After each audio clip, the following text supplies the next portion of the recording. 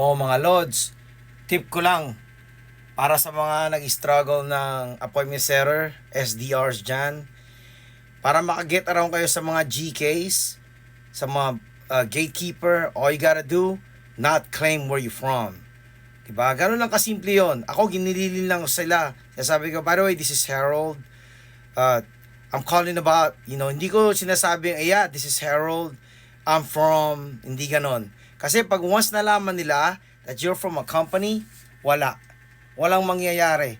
Kaya bibigyan ka na ng excuse, sabihin wala si manager, wala si principal, wala si ganito, si gano, si CEO, walang ganon. Gagawa ng excuse, magpipretend pa yan na, oh, sandali lang, titingnan ko sandali kung available.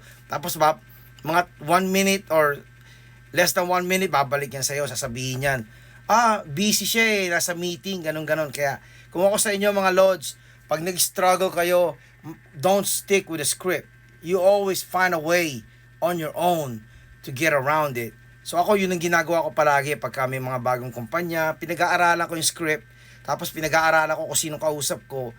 Once nakuha nyo na yung formula, madali na lang sa inyo. Yun lang ang tip ko sa inyo. Hi, this is Harold. I'm calling about. Yun ang ginaano ko. Alimbawa,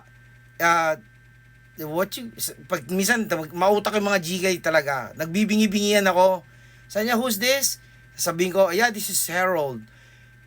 Calling about, inaano ko na kagad, binablock ko, binibilisan ko para malinlang ko siya kasi utakan lang talaga Kasi pag sinabi ko halimbawa, hi, this is Harold calling from Honda, alam na nila it's a marketing call, it's a sales call. Kaya utakan lang ang laban mga lods, tip ko lang sa inyo yan. Wag nyo sasabihin kung saan kayo. Sabihin nyo lang kung sino ang pangalan nyo, then rekta na kagad kung ano yung nyo. Example, hi, this is Harold. Yeah, I'm calling about ganun lang. Ganun kasimple lang. Wag nyo i-claim, okay? Hopefully maka-work. HubSpot, finally! Woohoo! Alright mga lords, see ya!